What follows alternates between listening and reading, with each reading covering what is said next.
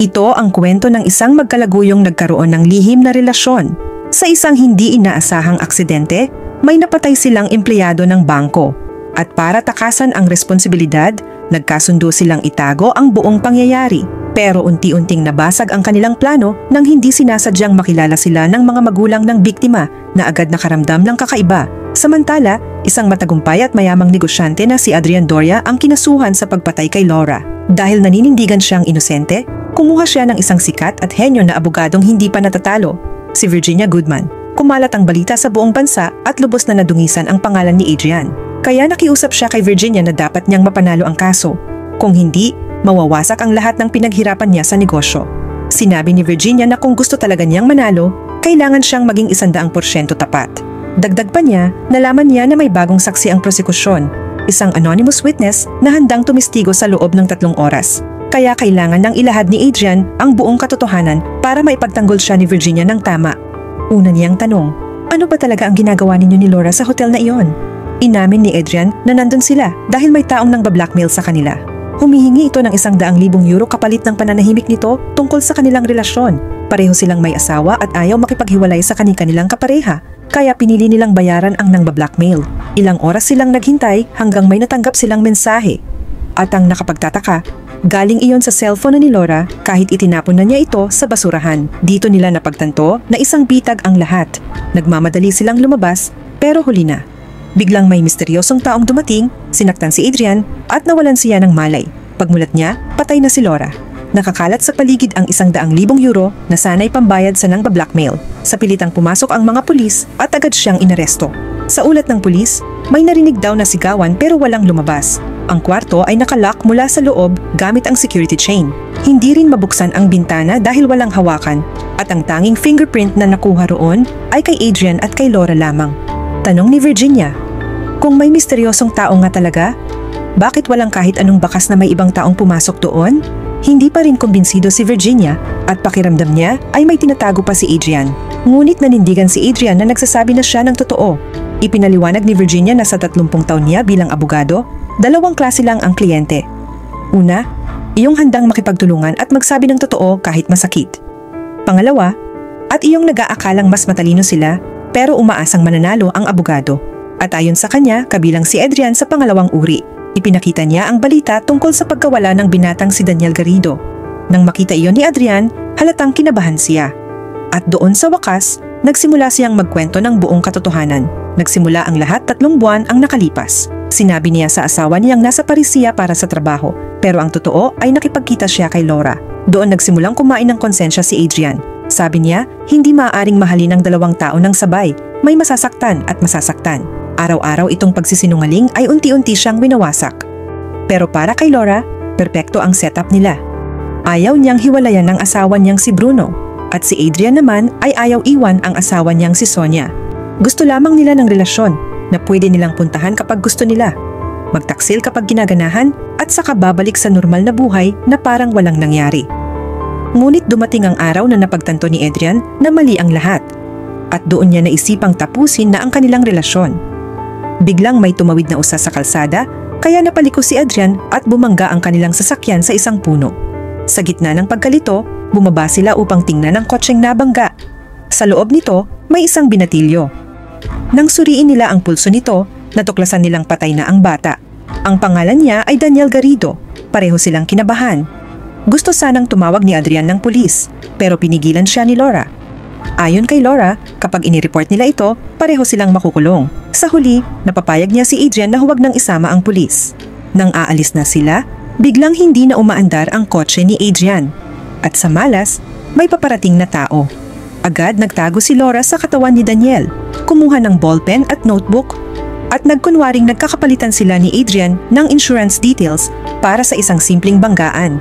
Biglang tumunog ang cellphone ni Daniel.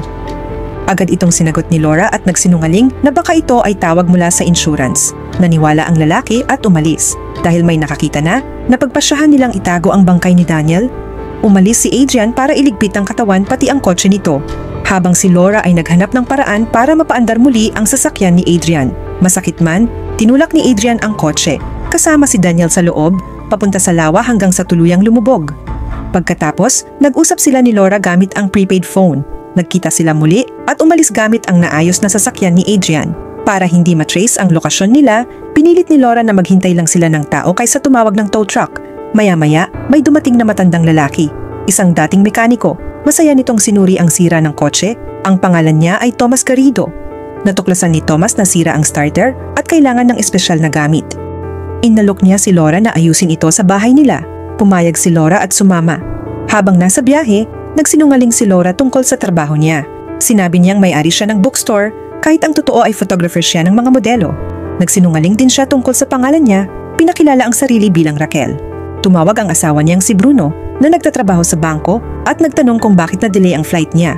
Muli siyang nagsinungaling, sinabing may teknikal na aberya sa paliparan. Pagdating nila sa bahay, malugod siyang sinalubong ng asawa ni Tomas na si Elvira. Napansin ni Elvira ang dugo sa kamay ni Laura, kaya nagsinungaling si Laura na dugo yon ng usa na nabunggo niya. Nagpunta siya sa lababo para maghugas, saka naglibot sa bahay. Si Tomas at Elvira ay mukhang mabait at matagal nang mag-asawa. Habang nagkakape, nagtanong si Elvira kung may anak ba siya. Sagot ni Laura, wala pa, gusto raw ng asawa niya, pero masyado siyang abala sa trabaho. Ipinagmalaki ni Elvira na may anak silang lalaki na si Daniel. Nanlamig si Laura. Sa larawan sa aparador, nakita niya ang mukha ng binatang siya at si Adrian ang itinapon sa lawa. Si Daniel Garrido, anak ni na Tomas at Elvira. Eksaktong oras ng pagkabigla niya, sinabi ni Tomas na ayos na ang kotse. Nagmadaling umalis si Laura at halatang kinakabahan, dahilan para magtaka ang mag-asawa. Dumating ang tawag mula sa kaibigan ni Daniel na nawawala raw ito. Dapat ay kasama nila pero hindi sumipot, kaya tumawag si Elvira sa cellphone ng anak niya. Laking gulat ni Laura nang ang teleponong hawak niya ang tumunog. Nadala pala niya ang cellphone ni Daniel. Mabilis niyang nireject ang tawag at itinago ang telepono sa ilalim ng unan. Nang tumawag ulit si Elvira, nakita ni Tomas ang cellphone. Naguluhan sila dahil dapat nasa anak nila ang telepono. Nagkunwaring nagmamadali si Laura at agad nagpaalam. Umalis nang hindi man lang nagpasalamat. Pagkalabas, nagkita sila ni Adrian at nagdesisyon na burahin ang lahat ng ebidensya. Sinira nila ang kotse ni Adrian at naghiwalay, nangakong hindi na muling magkikita. Kinabukasan, bumalik si Adrian sa lungsod at inireport sa pulisya na ninakaw ang kanyang kotse pagbalik niya mula Paris. Sinabi rin niya sa asawa niyang si Sonia ang nangyari at ipinaalam na pansamantala siyang mananatili sa kanilang apartment sa syudad. Kinabukasan, pumasok si Adrian sa trabaho. Siya at ang kanyang team ay nagpaplano para sa malaking pag-expand ng kumpanya sa Asia. Pilit niyang pinapakalma ang sarili bago umuwi upang hindi magduda si Sonia. Sa huli, medyo kumalma rin ang isip niya at nagkunwaring walang problema sa harap ng asawa. Hindi nagtagal, kumalat ang balita. Si Daniel Garrido, 23 taong gulang, ay umuwi mula sa trabaho niya sa bangko bandang alas 6. Lumabas siya sandali at mula noon, hindi na siya nakita. Marami ang naghinala na nasangkot siya sa aksidente. Dahil dito, nagsimulang maghanap sina Tomas, Elvira at ilang iba pang tao sa bangin at kagubatan, baka sakaling nandoon si Daniel. Maya-maya, may anonymous witness na lumabas sa korte kaya biglang bumilis ang galaw ng kaso. Tinawagan ni Adrian ang abogado niyang si Felix at ibinigay ang telepono kay Virginia. Sinasabi na dahil hindi siya busy ngayon, si Felix ang hahawak ng kaso. Nagpapatuloy ang kwento ni Adrian, ngunit habang nasa meeting siya, biglang dumating ang mga pulis.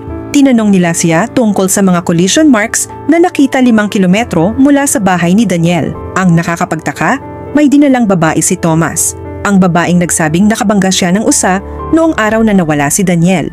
Ang plaka ng BMW nito ay kapareho ng plaka ni Adrian. Ipinaliwanag ni Felix na ninakaw ang kotse ni Adrian. Ibig sabihin, kung sino man ang babaeng iyon, siya ang magnanakaw. Dahil walang matibay na ebidensya, pinalaya si Adrian. Pagkaraan, habang nasa bar, napanood ni Adrian ang balita. May bagong impormasyong lumabas. May 50,000 dolyar na pumasok sa account ni Daniel. Agad inisip ng pulisya na tumakas si Daniel dahil ninakaw niya ang pera mula sa bangko. Nag-ugnayan muli sina Adrian at Laura at nagkita sa isang cafe. Doon, sinabi ni Laura na kinuha niya ang wallet ni Daniel. At doon niya nalaman na sa bangko nagtatrabaho si Daniel, ang parehong bangkong pinagtatrabahuan ng asawa niyang si Bruno. Habang naliligo si Bruno, lihim na binuksan ni Laura ang laptop nito at nag-transfer ng pera mula sa account ng customers papunta sa account ni Daniel para magmukhang si Daniel ang nagnakaw. Sinabi ni Adrian na mali ito, pero tinakot siya ni Laura. Kapag siya ang bumagsak, siguradong damay din si Adrian. Lumipas ang mga araw at lalo pang umangat ang negosyo ni Adrian. Matagumpay niyang naipasok ang kumpanya sa Southeast Asia, kaya ginawaran siya bilang Entrepreneur of the Year. Dahil sa media attention, nagdaos siya ng malaking selebrasyon. Habang abala sa party, may lumapit na reporter at laking gulat niya nang si Thomas pala ito, ang ama ni Daniel. Sinabi ni Thomas na nandoon sila ng asawa niyang si Elvira noong iniimbestigahan sina Adrian at Felix ng pulis. Hindi raw nila matanggap kung paano basta nalusutan ni Adrian ang kaso kahit napakalakas ng ebidensya, lalo na ang plaka ng sasakyan. Umuwi sila Thomas at Elvira at doon nila napanood sa balita na ginawang magnanakaw ang anak nila. Hindi sila naniwala. Imposibleng gumawa si Daniel ng korupsyon. Sa sobrang pagkabigla, nagkasakit si Elvira. Sa halip na tulungan silang hanapin ang anak nila, ginawang kriminal ng balita ang nawawala nilang anak. Dahil sa sobrang galit at paghihinagpis, sinimulan ni Thomas sundan ang kaisa-isa niyang lead, si Adrian. Sinimulan ni Thomas na sundan si Adrian saan man ito magpunta, sa trabaho, sa opisina, sa mga lugar na regular nitong dinadaanan. Gusto niya lang malaman ang totoo. Hanggang sa hinarap niya si Adrian at diretsahang tinanong kung nasaan ang anak niyang si Daniel. Pero sagot ni Adrian, wala siyang alam. Lalong nag-init ang ulo ni Thomas dahil sigurado siyang kasangkot si Adrian sa pagkawala ng anak niya. May ebidensya si Thomas. Noong una niyang hiniram ang lighter ni Adrian, napansin niyang iyon din ang parehong lighter na nakita niya sa kotse na inayos niya. Ang kotse ng babaeng nagpakilalang si Raquel. Dahil dito, napatunayan niyang magkasabwat sina Adrian at Laura sa nangyari kay Daniel. Pinaalis si Thomas ng seguridad at si Adrian pa ang nagtanggi na kilala niya ito. Pagkatapos noon, hindi na muling nagpakita si Thomas. Pero ngayon, malinaw na ang kabuang larawan. Ang pagpatay kay Laura ay malinaw na konektado sa pagkamatay ni Daniel Guito. Naniniwala sina Thomas at Elvira na sina Laura at Adrian ang nasa likod ng pagkawala ng kanilang anak. At dahil patay na si Laura, iisang suspect na lang ang natira, si Adrian.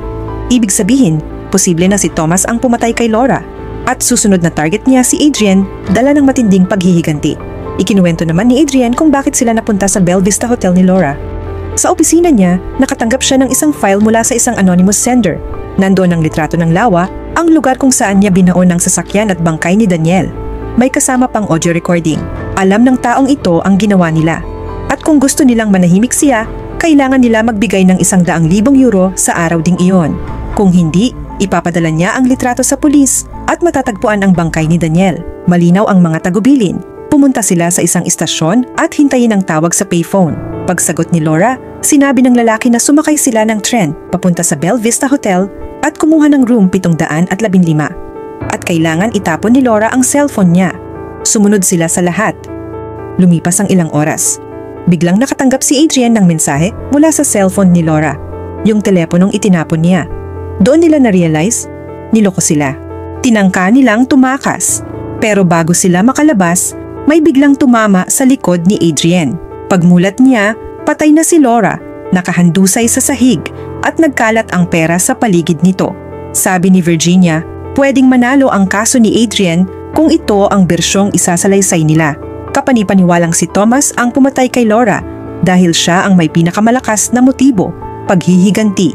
Kung si Thomas nga ang pumatay, ang tanong, paano siya nakalabas ng kwarto?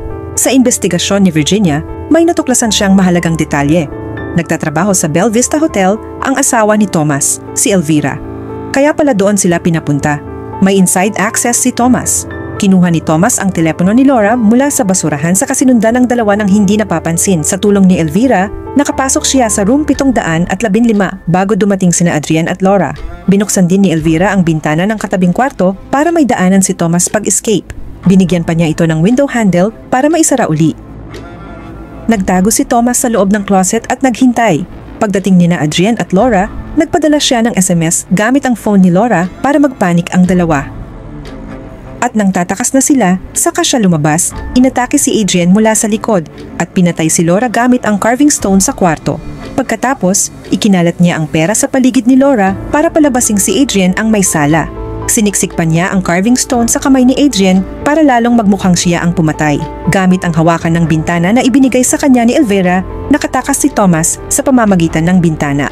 Mula roon, pumasok siya sa katabing silid gamit ang bintanang palihim na binuksan ni Elvira kanina. Pagkapasok niya, ibinalik niya ang hawakan sa dati nitong pwesto at umalis ng hotel nang hindi nag-iwan ng kahit anong bakas. Sinabi ni Virginia kay Adrian na sabihin sa hukom ang totoong bersyon na totoong nasa Paris siya at hindi nakikipagrelasyon kay Laura. Sa bersyong iyon, si Laura lamang ang sangkot sa aksidenteng ikinamatay ni Daniel. Siya ang nagpalubog ng sasakyan sa lawa habang nasa loob si Daniel. At dahilan lang kung bakit nasa Belle Vista Hotel si Adrian ay dahil tinutulungan niya lang si Laura na harapin ang umano'y blackmailer, si Thomas. Ayon kay Virginia, maganda na ang kwento, pero kailangan pa ng huling piraso. Kailangan itong maiugnay sa bangkay ni Daniel para mas paniwalaan ng hukom. Nagsuggest si Virginia na maglagay ng gamit ni Laura sa loob ng kotse ni Daniel para lumabas na si Laura lamang ang may kasalanan. Kaya tinanong niya si Adrian kung saan niya nilubog ang kotse. Ibinigay ni Adrian ang lokasyon, pero may isang detalye siyang inamin. Nang ilulubog na niya ang kotse, buhay pa si Daniel. At kahit buhay pa, itinulak pa rin niya ang kotse sa ilalim ng lawa para mailigtas ang sarili niya. Nagngit-ngit si Virginia. Nadiri siya sa pag-iisip ni Adrian, pwede niyang iligtas si Daniel, pero pinili niyang patayin ito. Doon nagsimulang pag-ugnay-ugnayan ni Virginia ang lahat. Paano kung kabaligtaran ang nangyari? Paano kung si Adrian talaga ang nagpasimuno ng lahat? Sa imahinasyon ni Virginia, sa totoong nangyari, si Adrian ang tumangging tumawag ng pulis matapos ang aksidente. Siya ang nag-utos kay Laura na humanap ng tulong habang siya naman ang nagtatapon ng katawan ni Daniel. Siya ang kumuha ng pitaka ni Daniel at nag-utos kay Laura na siya ang sisihin dahil tama lang daw iyon dahil banker ang asawa ni Laura. Dahil sa matinding pagkabahala, nagkasakit si Laura. Nang lalagas ang buhok, lumalala ang takot. Kaya tumawag siya kina Thomas at Elvira para aminin na sila ni Adrian ang may kagagawan sa pagkawala ni Daniel. Pagkatapos noon, binalak ni Laura na ibalik kay Adrian ang kasalanan. Sinabi niyang may nagbanta at humihingi ng ransom. Pinapunta niya si Adrian sa Belle Vista Hotel. Inayos pa niya ang cellphone niya para magpadala ng automated message pagkalipas ng ilang oras. Pagdating nila sa hotel, naghintay sila ng ilang oras. Nang dumating ang mensahe mula sa telepono ni Laura, agad na napagtanto ni Adrian na bitag ang lahat. Bitag na ginawa ni Laura. Sinabi ni Laura na ibigay nila ang pera kina Thomas at Elvira. Saka sabihin kung nasaan ang bangkay ni Daniel at pagkatapos ay sumuko sa pulis. Pero ayaw magpakulong ni Adrian. Kaya pinatay niya si Laura. Dahil hindi siya makatakbo, inayos niya ang eksena. Ikinalat niya ang pera sa paligid ni Laura at sinadya niyang ipukpok ang ulo niya sa salamin para magmukhang may ibang taong umatake sa kanya. Lahat para linisin ang sarili niya.